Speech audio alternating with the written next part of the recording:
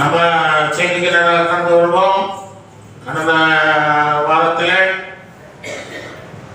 நம்ம பார்த்தோம் மல்கியாவில் 7 வினாக்கள் என்று சொல்லி பார்த்தோம். 7 கேள்விகள்.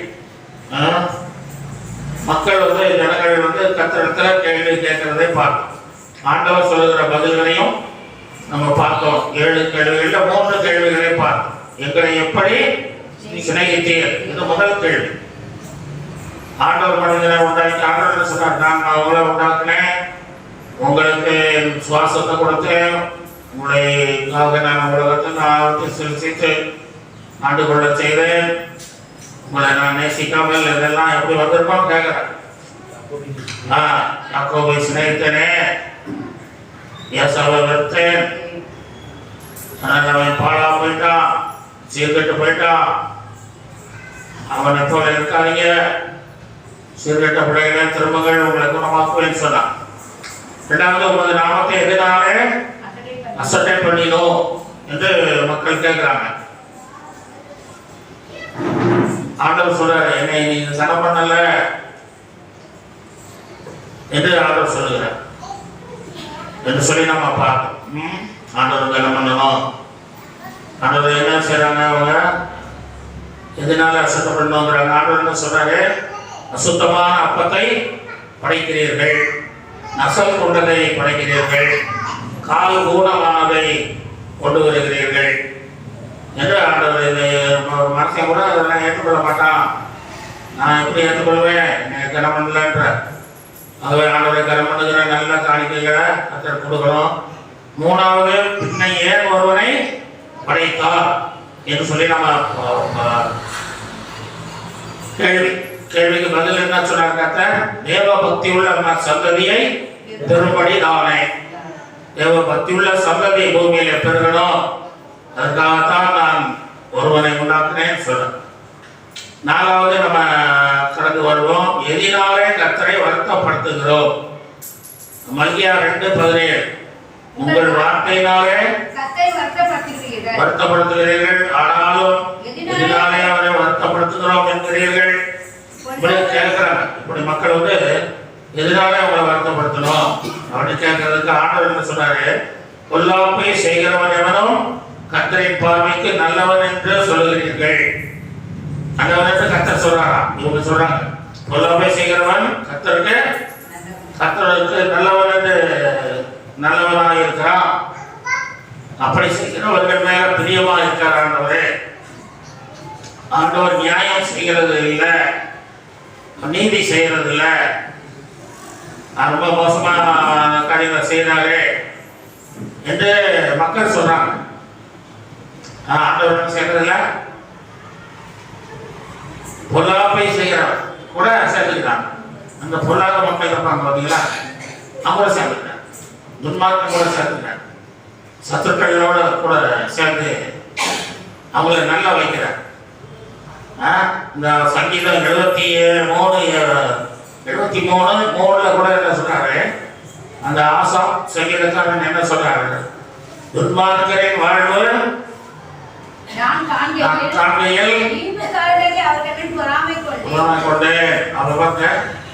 அவங்க வாழ்க்கையை, துன்மார்க்கனுடைய வாழ்க்கையை பார்த்தா எனக்கு உண்மையான பொறாமையா இருக்கு. பால் என்ன செய்யுது, அவங்களுக்கு நிறைய கிடைக்குது, நிறைய பால் வாங்குறாங்க, அவங்க சரீரத்துல நல்ல சுகமா இருக்கிறாங்க. இந்த பிள்ளைகள் நல்லா என்ன செய்யறாங்க, கொழுத்த கட்டுகளை போல துள்ளி குதிச்சு போறாங்க. என் பிள்ளை தினமும் வியாதிப்பட்டு கிடக்கு, நான் தினமும் கையை என்ன செய்யறேன், குற்றம் இல்லாமலே கழுவுனா இத்தனை கழுவி நான் சுத்தப்படுத்தும் என்ன கேட்கிறேன். அவங்க பாவத்தின் மேல பாவத்தை செய்து என்ன செய்யறான், கொழுத்து போய் அடையிறான். இப்படி எல்லாம் இருக்கிறாங்களே, ஆண்டவர் பார்த்துட்டு தான் இருக்காரு, அவங்களுக்கு தானே உதவி செய்யறாரு, அவங்க தான் நல்லா வைக்கிறாரு. நான் நாளுக்கு நாள் கஷ்டப்பட்டு தானே செய்யறேன், நாளுக்கு நாள் நான் விரைவிடப்பட்டு தானே போகிறேன், கர்த்தரை தேடுகிறதுனால என்ன பிரயோஜனம் என்று சொல்லி அவர்கள் சொல்லுகிறார்கள். பொல்லாப்பை செய்கிறவனுக்கு கர்த்தர் செய்கிறாரா, உதவி செய்கிறாரா, அவங்க நல்லவன் சொல்றாரா. அப்படி ஆண்டவர் சொன்னதாக எங்கேயுமே இல்லை. என்ன யாரையாவது நல்லவன் சொல்லிட்டாரா? நல்லவன் ஒருவனும் இல்லைன்னு தான் சொல்றாரு. அவன் மக்கள் என்ன சொல்றாங்க? அப்போ ஆதாம் நோவா காலத்தில் பார்த்தீங்கன்னா மனிதனுடைய இதயம் நித்தமும் பொல்லாததாக இருந்தது என்று கண்டு என்ன செய்தாராம்? அவனை குண்டோட அடிச்சு போட்டார். குண்டோட அவனை தண்ணியில் அமைக்க விட்டார். அப்போ ஆண்டவர் வந்து அவங்களை முற்றிலுமாக அடித்து கொண்டாங்க. உலகம் முழுவதும் ஜனங்கள் பொல்லாதவர்களாக இருந்தால் அச்சாமன் தானே இருக்கு. இப்போ பொல்லாதவன் கை கொடுக்கறது பொய் தானே சொல்றாங்க. மக்கள் வந்து சொல்றது பொய், ஆண்டவர் சொல்றது பொய். அலையா அப்போ வந்து அந்த லூசிபர் பரலோகத்தில் மனசில் தான் நினைச்சானா ஆண்டவர் விரோதமான எண்ணங்களை பேசல. மனதில் தான் நினைச்சிருக்கான். அது கூட ஆண்டவர்கிட்ட தள்ளிட்டார், பூமிக்கே தள்ளி விட்டார். இல்லைங்களா? அப்போ ஆண்டவர் வந்து நீதி சேத்தனை செய்யறாரு. பொல்லாதவங்க கை கொடுக்குறாரா? ஆகா எசபேல் உங்களுக்கெல்லாம் கை கொடுத்தாரா? ஆமா, அவனெல்லாம் அடி அடின்னு அடிச்சு நொறுக்கி 3ஆம் மாடியிலிருந்து கீழே தள்ளி அவங்க அடக்கம் பண்ண வரும்போது இப்பதான் இருக்கு, தலையோடு காலையோடு தான் இருந்தது. அப்படியெல்லாம் ஆண்டவர் செய்த தேவன் தான். அவர் பொல்லாப்பு செய்கிறவருக்கு கை கொடுக்கிறவர் அல்ல. என்ன அந்த ஒரு வசனம் இருக்கு, வாசிக்க. சங்கீதம் 92:14 வாசிக்கும் போது கர்த்தர் உத்தமர் என்றும் அவரிடத்தில் அநீதி இல்லை என்றும் விளங்கப்படும்படி. பார்த்தீங்களா? கர்த்தர் எப்படிப்பட்டவர்? உத்தமர், அவரிடத்தில் அநீதி இல்லை என்று சொல்லிருக்கு. அதனால கர்த்தரை நம்ம வருத்தப்படுத்த கூடாது. அப்போ கர்த்தரை நம்ம சந்தோஷப்படுத்தணும். ஆண்டவரை சோத்திர வழிகிறவன் என்னை மைப்படுத்து. நல்லா சோத்திர வழி துதிச்சு அவரை மைப்படுத்துமே தவிர ஆண்டவரை குறை சொல்லக்கூடாது. குறை சொல்லக்கூடாது. அரசன் நானே கேட்பான், தெய்வம் செய்வான் நின்று கேட்பார். ஆண்டவர் ஒரு டைம் வச்சிருப்பார். அன்னைக்கு என்னன்னு கேட்பார். நமக்கும் சத்துருக்களாக இருக்கு தான் செய்யறாங்க. அதனால இருக்காங்க. அதனால நம்ம அவங்களால பொறாமைப்படக்கூடாது. ஆண்டவர் கையில கொடுத்துட்டு அமைதியா இருக்கணும். இல்லையா? அவர் செய்ய வேண்டியதை செய்வார். இல்லைங்களா? இன்னைக்கு வாசித்த சங்கீதத்துல என்ன சொல்றாரு? அவன் வெட்டின பொழுது அவனே விழுந்தான். ஆமா, அவன் தோண்டின குளிர அவன் காலை அகப்பட்டு கொண்டது தானே இருக்கு. அதனால கவலைப்படாதீங்க. கர்த்தர் எனக்கு உதவி செய்யல, கர்த்தரை தேடாதவங்க நல்லா இருக்காங்கன்னு நினைக்காதீங்க. அவங்க நல்லாவே இருப்பதில்லை. கர்த்தரை தேடாதவங்க நல்லாவே இருக்க மாட்டான். கொஞ்சம் அவனை நல்லா இருக்க மாதிரி உங்களுக்கு தெரிஞ்சதுன்னா அவனை கூப்பிட்டு தனியாக விசாரிச்சு பாருங்க. அவன் நல்லாவே இருக்க மாட்டான். இல்லையா? அவன் நல்லாவே இருக்க மாட்டான். அவன் சொல்ல ஆரம்பிச்சுடுவான். அவன் கஷ்டத்தெல்லாம் சொல்லிட்டு வரா. அவன் வெள்ளையர்கள் எல்லாம் போறாங்க நல்லா இருக்கான்னு நினைக்காதீங்க. அவன் நல்லாவே இருக்க மாட்டான். இல்லையா? செய்யறவன் நல்லா இருக்க மாட்டான். எனவே கர்த்தருடைய பிள்ளைகள் கர்த்தரை குறை சொல்லக்கூடாது. அல்லேலூயா. கர்த்தரை வருத்தப்படுத்தக்கூடாது. 5வது நம்ம கடந்து சொல்வோம். 5வது என்ன சொல்றாங்க? மக்கள் என்ன சொல்றாங்க? நாங்கள் எந்த விஷயத்தில் திரும்ப வேண்டும் அப்படின்னு கேட்கறாங்க. ஐயா, நாங்கள் எல்லா விஷயத்திலையும் கரெக்டா இருக்கணும். எல்லா விஷயத்திலையும் கரெக்டா இருக்கணும். எந்த விஷயத்திலையும் நாங்கள் தவறிக்கிறோம்? எந்த விஷயத்தில் நாங்கள் மனம் திரும்பணும்? திரும்ப எந்த விஷயத்தில் திரும்பணும் அப்படின்னு கேட்கிறாங்க. மல்கியா 3:7 நீங்கள் உங்கள் பிதாக்களின் நாட்கள் தொடங்கி என் கட்டளைகளை கை கொள்ளாமல் அவைகளை விட்டு விலகி போனேன். என்னிடத்திற்கு திரும்புகள், அப்பொழுது உங்களிடத்திற்கு நானும் திரும்புவேன் என்று கர்த்தர் சொல்றார். அதுக்கு மக்கள் என்ன சொல்றாங்க? நாங்கள் எந்த விஷயத்தில் திரும்ப வேண்டும் என்று கேட்கிறார். எந்த விஷயத்தில் திரும்பணும்? எல்லாம் ஆண்டவர் சொல்றாருல்ல, பிதாக்கள் நாட்கள் தொடங்கி என்ன செய்யுங்க? என் கட்டளைகளை கை கொள்ளல, கட்டளைகளை நீங்க கை கொள்ளலன்னு சொல்றாங்க. ஆனாலும் மக்கள் என்ன நினைச்சாங்க? திரும்ப ஆண்டவரை என்ன செய்யறாங்க? கேள்விகள் திரும்ப ஆண்டவரை கேள்வி கேட்ட படங்கள். இவங்க தான் பெரிய ஆள் மாதிரி, ஆண்டவருக்கு ஒன்றும் தெரியாத மாதிரி ஆண்டவரே நினைச்சா துணிந்து எதிர்த்து வைக்கிறார்கள், துணிந்து இருக்கிறார்கள். கர்த்தர் சொல்றாரு, என்ன சொல்றாரு? பிதாக்கள் கர்த்தருடைய கட்டளைகளை கை கொள்ளாமல் நீங்கள் ஜீவிக்கிறீர்கள். பிதாக்கள் கர்த்தருடைய ரட்சிக்கப்பட்ட காலங்களில் வந்து ஏதோ கணக்காக சர்ச்சைக்கு வர போக வித்தியாசத்துக்குள்ள அப்படியே தான் போகிற வழிய நீங்கள் கர்த்தருடைய என்னுடைய கட்டளைகளை என்ன செய்ய கை கொள்ளல, கர்த்தருடைய கட்டளைகளை கை கொள்ளணும். இல்லையா? 119 1 சொல்றது கர்த்தருடைய பயந்து கர்த்தருடைய கட்டளைகளின்படி நடக்கிறவன் அவன் பாக்கியவன். கட்டளைகளை கை கொண்டு நடக்கிறது தான் பாக்கியவனா இருக்க முடியும். அவங்க கர்த்தர் கட்டளைகளை கை கொள்ளணும். ரெண்டாவது சொல்றாரு, என்னை விட்டு போய்விட்டீர்கள், என்னை விட்டு விலகி போவீர்கள் அப்படின்றார்களா? விலகி போயிட்டாங்க. இஸ்ரவேல் நாங்கள் அநேக முறை விலகியும் போயிடுவான். நாகம் பெரிய இஸ்ரவேல் காலத்துல இறந்தா இல்லை கொண்டோட விக்கிரகாரங்களுக்குள்ள போயிட்டாங்க. எரியா கடந்து என்ன செய்யறாரு? போராடி இன்னொன்னே அவங்கள என்ன செய்யற ஒரு பரீட்சை வைத்து ஒரு டெஸ்ட் வச்சு அது போல எல்லாரையும் கத்தருக்குள்ள கொண்டு வந்தாங்க. விலகி போனவங்க வந்தாங்க. இல்லையா? அந்த விக்கிரகங்கள் தான் தெய்வம்னு சொன்னவங்க இப்ப என்னதுன்னா கத்தரே தெய்வம், கத்தரே தெய்வம். இதெல்லாம் எலியா ஒரு மனுஷனாக இருந்து அத்தனை பேரையும் திருப்பி கொண்டு வந்தான். உங்களால என்ன செய்ய முடியலமா? ஒரு ஆத்மாவை கூட திருப்பி கொண்டு வர முடியல. எலியா ஒரு மனிதனாக இருந்து அப்படி சொல்ற ஜனங்கள் அனைத்தையுமே திருப்பி கொண்டு வந்தானே.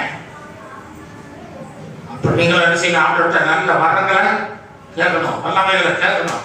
ஆண்டவரே நமக்காக பெரிய காரியங்களை செய்யலாம் என்று சொல்லி நல்லா ஆண்டவர்கிட்ட என்ன செய்யுங்க? வரங்களை கேளுங்க. என்ன செய்யுமா? வரங்களை கேளுங்க, வல்லமைகளை கேளுங்க. வல்லமை இல்லாத கிறிஸ்தவனாக இருக்கக்கூடாது. ஆண்டவரை வல்லமை வரங்கள் உள்ளவனாக என்னை மாற்றுங்கன்னு சொல்றேன். அலையிலோ இல்லை.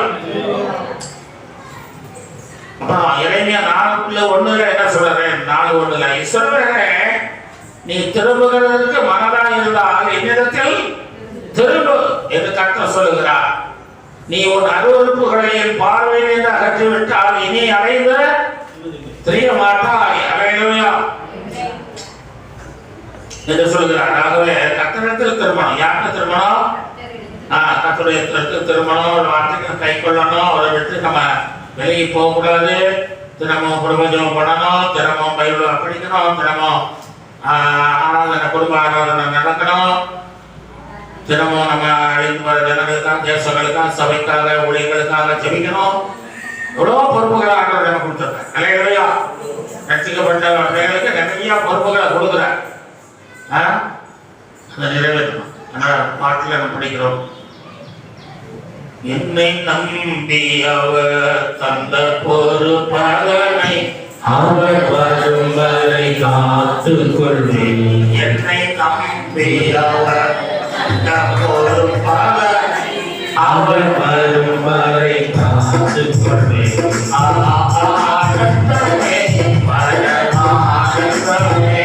இது மாபெரும் பாக்கியமே. இந்த பாதத்தில்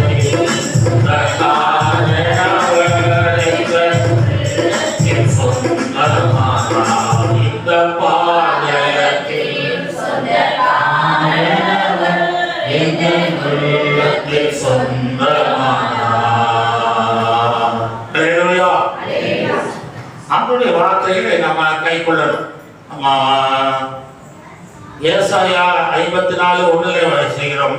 54:1 பிள்ளை பெறாத மகனிய மகிழ்ந்து பாடு, கற்பவர்களே படாதவர்களே கம்பீரமாய் பாடு. நீ ஆனந்த சத்தமிட்டு என்ன சரி கூப்பிடு என்று சொல்லுது. யாரை பார்த்து சொல்றோமா? பிள்ளை பெறாத மகனியை பார்த்து என்ன சொல்றாரு? நீ மகிழ்ந்து பாடினால பாட முடியுமா? கம்பீரமா பாட முடியுமா? ஆனந்த சுத்தமா ஜெபம் பண்ண முடியுமா? அவளே கவலைப்பட்டு கண்ணீர் விட்டு அவங்க நீ அப்படி கேட்டாங்க இப்படி கேட்டாங்க சொல்லிட்டு இருப்பான். என்னம்மா கல்யாணம் ஆகி 1 வருஷம் நானே என்ன செய்வாங்க, குழந்தை இருக்கா என்னப்பா உனக்கு எப்படி இருக்கா ஏன் கேட்டேன் புதுசாகப்பா நான் எதையேங்கப்பா பழக்கமா போயிடுச்சு.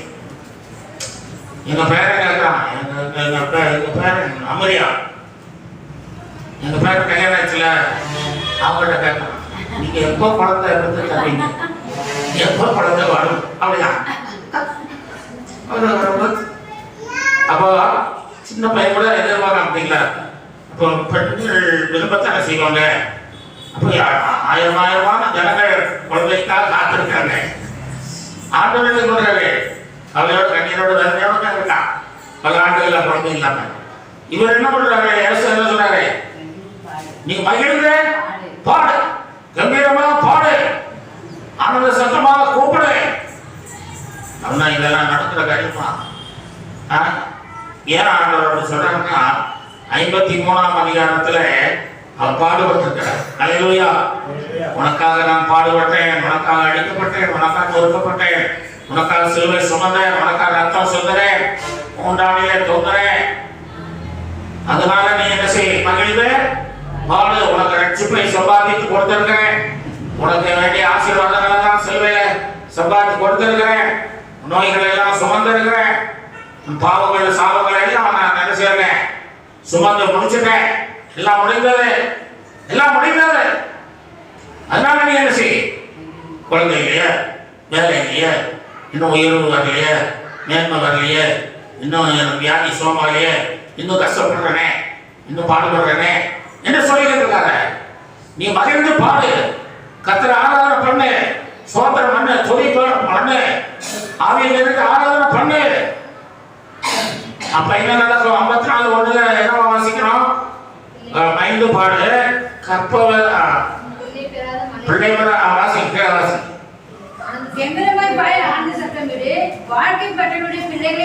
வாழ்க்கைப்பட்டவருடைய பிள்ளைகளை பார்க்கிறோம்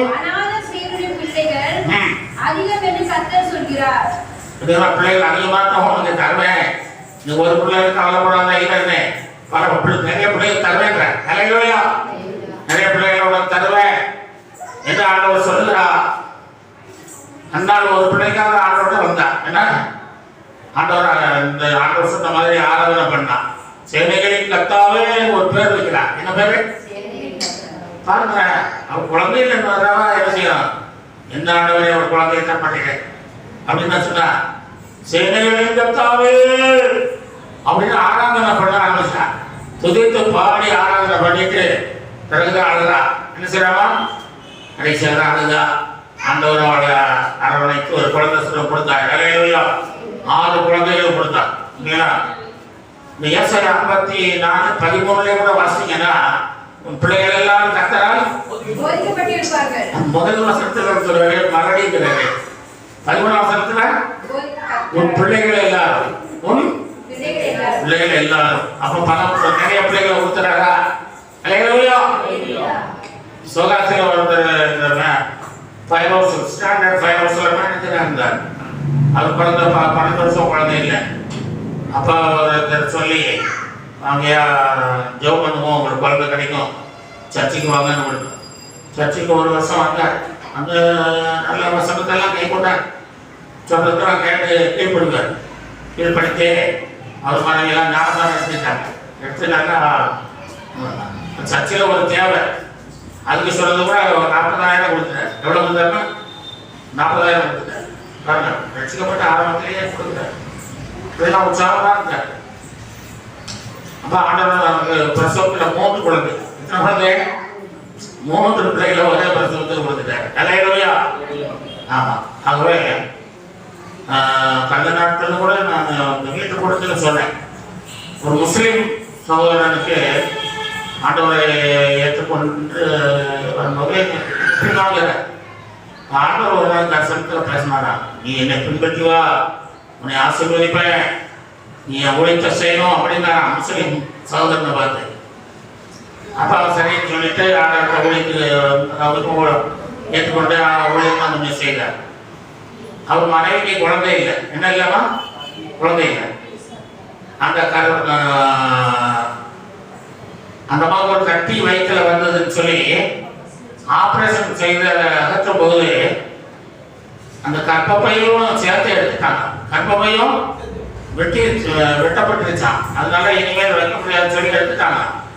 டாக்டர் சொன்னாங்களா, நம்ம கர்ப்பப்பையும் வெட்டப்பட்டுருச்சு, அதனால அதையும் அகற்றிட்டோம், இனிமே உனக்கு குழந்தை இருக்காதுன்னு சொன்னாங்க. கர்ப்பப்பை எடுத்தாச்சு, காட்டியிருக்காங்க. இவரு ஜோனி பிறகு அவங்கள்ட்ட கேட்கிறாரு, குழந்தை காக்கப்பா முடியும் என்று விசுவாசோட ஜெபிக்கிறார். 3 பிள்ளைகள். எத்தனை பிள்ளைகள் இருந்தாங்க?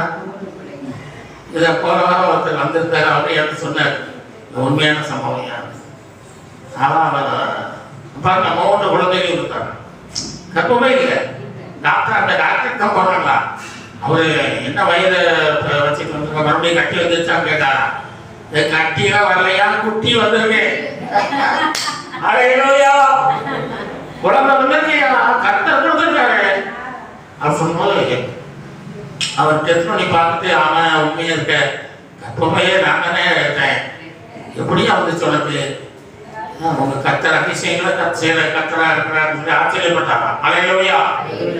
நல்ல தேவனால் உலகம் ஒன்றும் இல்லை. அல்லேலூயா. தேவன் எல்லாத்தையும் செய்வார். நம்ம என்ன பாடு கஷ்டப்பட்டாலும் புத்தகப்பட்டாலும் என்ன இருந்தாலும் இல்லாவிட்டாலும் நம்ம கர்த்தரை ஆராதிக்கிறத விடக்கூடாது. அல்லேலூயா. ஆமா, கர்த்தரை நம்ம அறிந்து கொண்டோம், அவர் தான் ஆசீர்வதிக்கிற தேவன் என்று நாம் தெரிந்து கொண்டோம். நம்முடைய பாவ சாபம் மன்னித்திருக்கிறார் நம்ம புரிந்து கொண்டோம். அதனால நம்ம உறுதியா இருக்கணும். அல்லேலூயா. உறுதியாக கர்த்தரோடு நிலைத்திருந்து நம் கனி கொடுக்கிற பிள்ளைகளாக மாறணும். கர்த்தரை விட்டு நம்ம விலகி போகக்கூடாது. அல்லேலூயா. ஆமா, விலகி போகக்கூடாது. நம்ம உறுதியுள்ள பிள்ளைகளாக இருக்கணும். 6வது என்ன சொல்றாரு, உமக்கு விரோதமாய் எண்ணத்தை பேசினோம். மல்கியா 3:13. நீங்கள் எனக்கு விரோதமாய் பேசின பேச்சுக்கள் கடினமாக இருக்கிறது. ஆண்டவர் சொல்றார், கடினமான வார்த்தைகளை பேசி இருக்கிறீர்கள் என்று கர்த்தர் சொல்லுகிறார். அதற்கு மக்கள் என்ன சொல்றாங்க, உமக்கு விரோதமாக எண்ணத்தை பேசினோம் என்று கேட்கிறார்கள். என்னையா பேசினோம்? நாங்க வாய முடித்து அமைதியா தானே இருக்கோம்.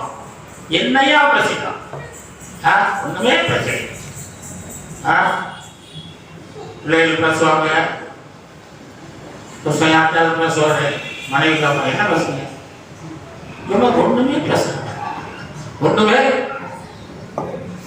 அந்த மாதிரி ஆண்டவர் சொல்றாங்க, ஆண்டவரே என்னத்தையா பேசிட்டு அப்படின்னு. அதுக்கு ஆண்டவர் நல்லா பதில் சொல்றாரு. என்ன சொல்றாரு பாருங்க, 14ஆம் வசனத்துல, தேவனை சேவிப்பது விருதான் என்று நீங்கள் சொல்கிறீர்கள், ஆண்டவருடைய கட்டளைகளை கைக்கொள்வதனால பிரயோஜனம் இல்லை என்று சொல்கிறீர்கள், சேனைகளின் கர்த்தருக்கு முன்பாக துக்கித்து பணிந்து நடக்கிறதுனால என்ன பலன் என்று சொல்கிறீர்கள். மக்கள் ஆண்டவர் பதில் சொல்றார், தேவனை சேவிப்பது. நம்ம எல்லாம் சிலர்லாம் சொல்லிப்பாங்க, சிலர்லாம் சொல்லுவாங்க, ஆண்டவரை ஏற்றுக்கொண்டு என்னத்துக்குங்க அப்படின்னு சிலர் என்ன சொல்லுவாங்க, தங்களை தாங்களே சொல்லிக்கிடுவாங்க. சிலர் மெட்ட போட்டு சொல்லுவாங்க, அதெல்லாம் சும்மா அந்த பாஸ்டர் என்னத்தையா சொல்லுவாரு, அதெல்லாம் நீ நம்பாத, ஆண்டவரை ஒண்ணுமே செய்யல, நான் இத்தனை வருஷமா வானேன், எனக்கே ஒன்றும் செய்யறேன், உனக்கு என்ன செய்ய போறாரு. ஒரு அம்மா ஆண்டிப்பட்டியில கூலி செய்யும் போது ஒரு அம்மா நல்லா அன்பா இருக்கும். காலையில நாங்கள் தங்கியிருப்பேன், எனக்கு பால் ஒரு கிளாஸ் நல்ல பாலை கொண்டு கொடுத்துருக்கோம். காலையில அந்த ஜெபம் நடக்கும், அதில் வந்து இருக்கோம். இப்படியே இருக்கிற காலத்துல அந்த அம்மாவுக்கு நம்ம பரிசுத்தாவி நிறைய நிரம்ப வாங்கிய பரிசுத்தாவி கேட்கும் ஆண்டவர்கிட்ட, ஆண்டவரே என்னை பரிசுத்தாவே நிரப்புன்னு சொல்லி. அப்போ ஒரு கூட்டம் நடந்தது. அந்த கூட்டத்தில் இந்த அம்மாவை ரட்சிக்கப்பட்டு 10 வருஷம் ஆயிடுச்சு. அவன் புதுசாக வந்த ஆத்மாக்கள் எல்லாம் ஆண்டவர் பரிசுத்தாவில் என்ன பண்ணிட்டாரு, நிறைஞ்சிட்டார். எல்லாம் ஆவி நிறைஞ்சு ஆடி பாடி அந்நிய பாஷைகளை பேசி கத்தர் பயன்படுத்தினாங்க. அப்போ தம்மாவுக்கு அபிஷேகம் கிடைக்கல. நம்ம சொல்லுது, நேற்று வந்தவர்கள்லாம் வந்துட்டாரே ஆண்டவரே, எனக்கு 10 வருஷமா சீஃப் மாஸ்டர் எனக்கு வஞ்சகம் பண்றாரே அப்படின்னு சொல்லி உங்கள்கிட்ட சில குறைகள் இருக்குமா? அதான் பசுத்தாவில உங்க மேல இறங்கலை, உங்க தலைக்கு மேல வந்துட்டு அப்படியே விலைக்கு போயிட்டாரு அப்படின்னு. என்னையா நடந்தது, என்னையா செய்யறேன் அப்படின்னு. இந்த அம்மா புத்து மண் சாப்பிடும். என்ன சாப்பிடுவோம்? புத்து மண். இடுப்புல புத்து மண் அப்படி கட்டி வச்சிருக்கோம். நிறைய வச்சுட்டு அப்படியே மெதுவாக எடுத்து புத்து மண்ணை கையில் எடுத்து வாயிடும். புத்து மண் தான் சாப்பிடும். கடைசியில் இந்த அம்மாவுக்கு இந்த புற்றுநோய் வந்து கஷ்டப்படுது. புத்து மண் இல்லைங்களா? புத்து மண்ணா தெரியுமா? இந்த சோப்பு மண் இருக்கும்ல, அது இந்த மண்ணை வாயில் போட்டால் கொஞ்சம் ஒரு வாசனையாக ஒரு நல்ல கொஞ்சம் ஸ்வீட்டாக இருக்கும். அப்படி பழகிறாங்க. பழகி வெத்தலைபாக்கு போடுற மாதிரி இந்த மண்ணை போடுறது. அவங்க அது போட்டு போட்டு போட்டுட்டாப்பா என்ன சேர்த்து வயலாம் நீங்கி. அப்போ நீங்கள் கொத்து மண் போடுறதுனால 10 வருஷம் கிடைக்கல. அப்படி சொன்ன பிறகு அந்த அம்மா உணர்ந்தது. கடைசியில் நான் அந்த ஒரு வீட்டு போயிட்டேன். அந்த அம்மா ரொம்ப வியாதிப்பட்டு இருந்ததுன்னு சொன்னாங்க. அது ஒரு அருமையான ஒரு நம்ம ஆண்டவரை குறை சொல்வது அர்த்தம் அல்ல. அல்லேலூயா. நம்முடைய குறைகளை உணரும் தன் பிள்ளைகளை உணர்கிறவன் யார்? மறைவான குற்றங்களுக்கு விலக்கி விடுவோம். அல்லேலூயா.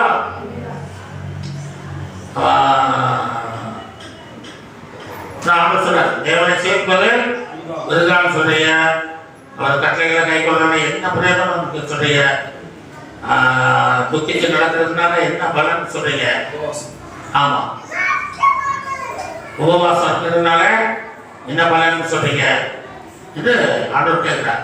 அதனால கர்த்தருக்கு விரோதமா பேசக்கூடாது. கர்த்தருக்கு விரோதமா நம்ம ஒரு காலம் பேச கூடாது. வேதத்தில் சொல்லப்பட்டது பிரசங்கி 5:2 தேவ சமூகத்தில் நீ துணிகரமாய் ஒரு வாயினால் பேசாமலும் மனம் பதறி ஒரு வார்த்தையோ சொல்லாமலும் இரு. தேவன் வானத்தில் இருக்கிறார், நீ பூமியில் இருக்கிறாய். ஆதலால் ஒரு வார்த்தைகள் சுருக்கமாய் இருப்பதாக வார்த்தை சுருக்கமாக இருக்கணும். இந்த ரோமர் 14:12 ஆதலால் நம்மில் ஒவ்வொருவரும் தன்னை குறித்து தேவனுக்கு நம்மை குறித்து என்னமா செய்யணும்? கணக்கு கொடுக்கணும். ஆண்டவருக்கே ஒரு நாளில் கணக்கு கொடுக்கணும். உங்களை குறித்து, தன்னை குறித்து. யாரை குறித்து? தன்னை குறித்து. நம்முடைய கணவனை குறித்தல்ல, பிள்ளைகளை குறித்தல்ல, சொந்தக்காரர்களை குறித்தல்ல, சபையில் உள்ளவர்களை குறித்தல்ல, சகோதரர்களை குறித்தல்ல, நம்மை குறித்து கணக்கு கொடுக்கணும். அல்லேலூயா என்பது மறந்துடக்கூடாது. மனுஷர் பேசும் வீணான வார்த்தைகள் ஒன்னொன்றை குறித்து கணக்கு கொடுக்கணும்னு சொல்லப்படுகிறது.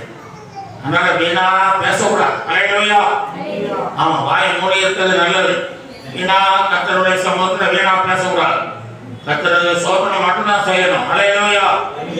ஆமா, செய்யணும். ரோமர் 14:12 வாசிக்கணும். ஒவ்வொருவனும் தன்னை குறித்து ஒரு கணக்கு ஒப்புவிப்பான். 13 சொல்லப்பட்டு இப்படி இருக்க நாம் இனிமேல் ஒருவரை ஒருவர் மற்றவர் என்ன செய்யணும்? ஒருவரை ஒருவர் அவன் மோசம், இவன் மோசம், அவன் அப்படி இப்படி. இனி மற்றவங்களை குறித்து நீங்க பேசாதீங்க. ஏன்னா அது உங்களுக்கு நியாய தீர்ப்பு நாளில் அதை பத்தி கேட்க மாட்டாங்க. உன் கணவரை பற்றியோ பிள்ளைகளை பற்றியோ எல்லாம் கேட்க மாட்டாங்க. இவன் கேட்க மாட்டாரு. உன்னை பற்றி தான் கேட்பாரு. நீ என்ன பதில் சொல்ற? நீ கர்த்தரை தேடினியா? ஆராதனை பண்ணியா? ஆலயத்துக்கு போனியா? ஆண்டவருக்கு செய்ய வேண்டிய கடமைகளை ஒழுங்கா செய்தியான்னு தான் கேட்பாரு. அப்படி. அதனால நாம் யாரையுமே குற்றப்படுத்தக்கூடாது. அல்லேலூயா.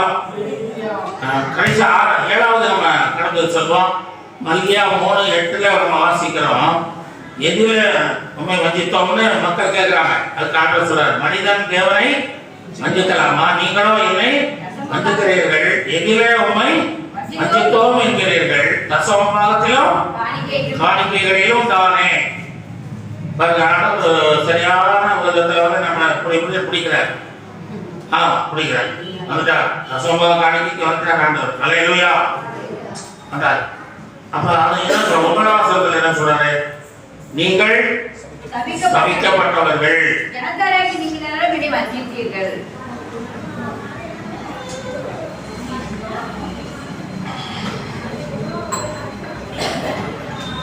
நீங்கள் சபிக்கப்பட்டவர்கள் ஏனென்றால் வஞ்சித்தீர்கள். என்னைய தேவனை வஞ்சிக்க கூடாது. அல்லேலூயா. நம்ம சபிக்கப்பட்டவர்களாய் போகிறவர் கூட கர்த்தருக்கு நம்ம தசமா காணி கொடுக்கலன்னா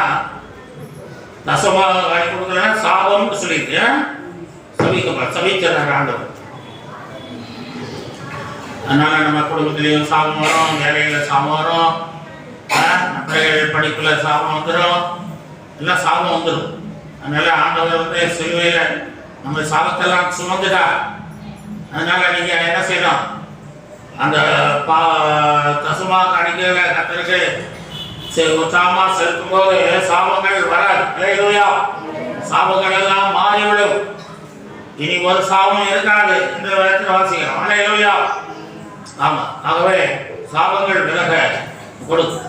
2 நாளாகமம் 31ஆம் அதிகாரம் 5-6 வசனங்களிலே வாசிக்கிறோம். இந்த வார்த்தை பிரசித்தமான போது இஸ்ரவேல் புத்திரர்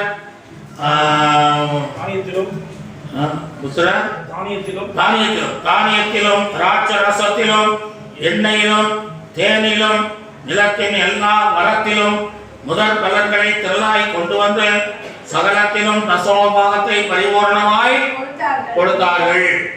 வசனத்துல யூதாவின் பட்டணங்களில் குடியிருந்த இஸ்ரவேல் புத்திரரும் யூதா புத்திரரும் மாடுகளிலும் ஆடுகளிலும் தசம பாகத்தையும் தங்கள் தேவனாய கர்த்தருக்கு பரிசுத்தம் பண்ணப்பட்டவைகளில் தசம பாகத்தையும் கொண்டு வந்து குவியல் குவியலாக குவித்தார்கள். 14ஆம் வசனத்துல உற்சாக காணிக்கை கொடுத்ததாக சொல்லப்பட்டிருக்கிறது. உற்சாக காணிக்கை ஒன்று ஆண்டவர் பேர்ல உற்சாகமா இருக்கிறவங்க சந்தோஷமா இருக்கிறவங்க அது ஒரு காணிக்கை சொல்லிருக்கிறாங்க. அது ஒரு ஸ்பெஷல் காணிக்கை.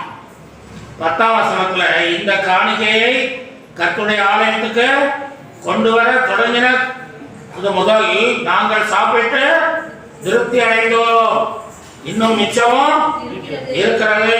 கர்த்தர் தம்முடைய ஜனத்தை ஆசீர்வதித்ததினாலே இந்த திரட்சியான அம்பாரம் மீந்திருக்கிறது என்று அசரியா என்று சொல்லப்படுகிற ஆசாரியன் சொல்லுகிறார். அல்லேலூயா. ஆமா, ஆண்டவருக்கு கொடுத்த போது ரொம்ப ஆசீர்வாதம் பேசுகிறார். இந்த 5 அப்பம் 2 மீனை கொடுத்தவங்க கூட நிறைய 5 அப்பம் வச்சிருந்தான், 2 மீன் வச்சிருந்தான். அவனுக்கு 10 அப்பம் கிடைச்சிருக்கோம், அவனுக்கு 4 மீன் கிடைச்சிருக்கும். 2 மீனுக்கு 4 மீன் கிடைச்சிருக்கும். இல்லையா? கர்த்தர் நிறைவாய் கொடுப்பார். அல்லேலூயா.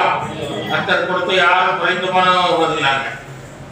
அந்த கால்குலேட் பல்படிக்காரங்க 12% 10% தான் கொடுக்கணும். 100க்கு 10 ரூபா, 100 ரூபா சம்பளம் வாங்கினா 10 ரூபா கற்றுருக்கு. அப்போ அவங்க வந்து 100க்கு 1% கொடுக்குறாங்க, 100க்கு 12% கொடுக்குறாங்க. எவ்வளோ கொடுக்குறாங்க? அப்போ வந்து அவங்களுக்கு இன்னும் ஆண்டவர் ஆசீர்வதிச்சுட்டே இருக்காங்க. இந்த கால்குலேட் பண்படிக்காரங்க ஒரு சின்ன செட்டில் ஒரு ஓலை செட்டில் தான் ஆரம்பித்தாங்க. அப்போயே ஜோம் பண்ணி அந்த ஒரே கஷ்டமாக கரெக்டாக கொடுத்துட பண்ணாங்க. அவன் கொடுக்க ஆண்டவர் ஆசீர்வதிச்சு உலகம் பூரா பேசுவாங்க. இல்லையா?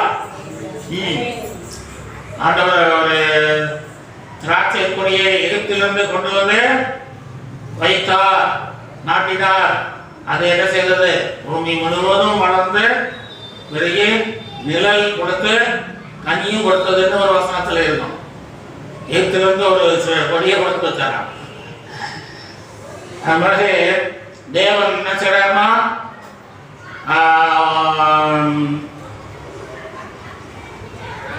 தேவனுக்கு கொடுப்பதனால அவன் என்ன செய்யறாரு? நிறைய ஆசீர்வாதத்தை நமக்கு அண்டி கொடுக்கிறார். அல்லேலூயா. இன்னொரு வசனத்தில் வாசிப்போம். ஆளுக்கு ஒரு வசனம் வாசிக்க. யாத்திராமம் 35 அதிகாரம் 21 முதல் 29 வரைக்கும் ஆளுக்கு ஒரு வசனம் வரிசையா வாசிங்க. யாத்திராமம் 35 21 முதல் 29 வரைக்கும். எவர்களை எழுப்பி உற்சாகப்பட்டனதோ அவர்கள் எல்லாரும் ஆசரிப்பு கூடாரத்தின் வேலைக்கும் அது சகல ஊழியத்திற்கும் பரிசுத்த வஸ்திரங்களுக்கும் ஏற்ற உரை கர்த்தருக்கு காணிக்கையாக கொண்டு வந்தார்கள். மனப்பூர்வமுள்ள ஸ்திரீ புருஷர் யாவரும் சத்தமா வாசிக்கணும். இந்த பதியம் இந்த சொல்லுங்க. மனப்பூர்வமுள்ள ஸ்திரீ புருஷர் யாவரும் ஹஸ்தகடகங்கள், காதணிகள், மோதிரங்கள், ஆரங்கள் முதலான சகலவித பொன் ஆபரணங்களையும் கொண்டு வந்தார்கள். கர்த்தருக்கு காணிக்கை செலுத்தின ஒவ்வொருவரும் பொன்னையும் காணிக்கையாக செலுத்தினார். இளநீல நூலையும் ரத்தாம்பர நூலையும் சிவப்பு நூலையும் மெல்லிய பந்து நூலையும் வெள்ளாட்டு மயிலையும் சிவப்பு தீர்ந்த ஆட்டுக்கடல் தோலையும் தவசு தோலையும் தங்களிடத்தில் வைத்திருந்த யாவரும் அவைகளை கொண்டு வந்தார்கள்.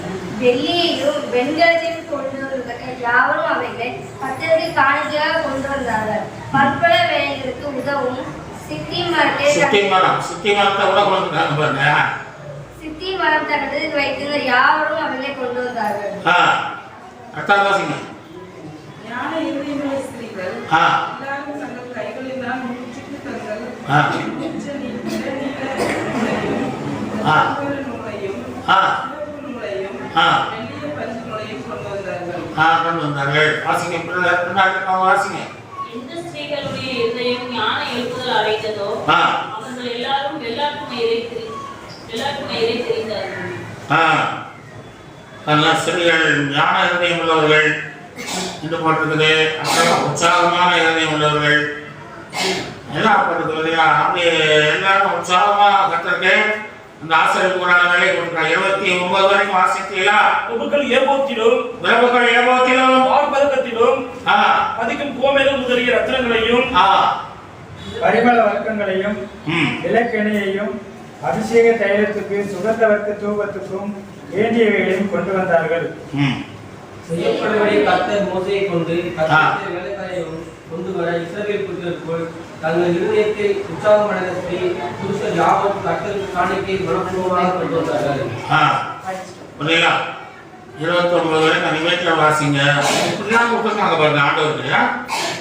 அங்கே பார்த்தீங்கன்னா தானியத்தில் கொடுக்குறான், திராட்சரத்தில் கொடுக்குறான், எண்ணெயில் கொடுக்குறான், தேனை கொண்டு கொடுத்தானா பாருங்க. இதெல்லாம் எல்லாத்தையுமே கர்த்தர் காணி கொடுக்கலாம். அலையா என்னென்ன நமக்கு கிடைக்குதா எல்லாத்தையும் கர்த்தருக்கு ஒரு பங்கா கொடுக்கணும். அலையா அதேனா அப்படி நாம் கர்த்தருக்கு கொடுக்கும்போது கர்த்தர் நிறைவாய் நம்மை ஆசீர்வதிப்பார். அலையா நிறைவா ஆசீர்வதிப்பார். 3:10 வாசிங்க. என் ஆலயத்தில் ஆகாரம் உண்டாயிருக்கும்படி தசமபாகங்களை எல்லாம் ஆலயத்தில் ஆகாரம் உண்டாகணும். ஆலயத்தில் ஆகாரம் வசதிகள் எல்லாம் உண்டாகணும், ஆசீர்வாதம் உண்டாகணும். அப்படின்னா ஆத்மாக்கள் பெறணும் சொன்னா தசமபாகங்களை எல்லாம் செய்ய பண்டகசாலையை கொண்டு வாருங்கள். வானத்தில் பல கனிகள் திறக்கிறார். ஒரு கனியில 2 கனியில பல கதவுகளை திறந்து கொள்ளாமல் போக மாட்டோம். ஆசீர்வாதத்தை வசிக்க மாட்டேன் என்று என்னை சோதித்து சோதித்து பார்க்கிறாங்க நம்ம இருந்திருக்கோம். மற்ற யாரும் சோதிக்க கூடாதுன்னு சொல்லப்பட்டிருக்கோம். அப்படி இருக்கும்போது இந்த ஒரு வசனத்துல மட்டும் எங்களுக்கு சோதித்து பாருடா, நீ வசமா கொடு, காணிக்க கொடு, மற்றவனும் எனக்குரியது, நீ அதை எடுத்துடாத, எடுத்தா நீ திருடனா இருவ, அதை திருடனா திருடியாய் அடையாத, நீ கொடு, நீ கரெக்டா கொடுக்க பாரு, நான் ஆசீர்வதிக்கிறேன் இல்லையான்னு பாரு அப்படின்னு சொல்லி சபதம் பண்றாரு. என்னமா பண்றாரு? அவர் சவால் விடுகிறா. இந்த ஒரு காரியத்தெல்லாம் சவால் விடுறாரு.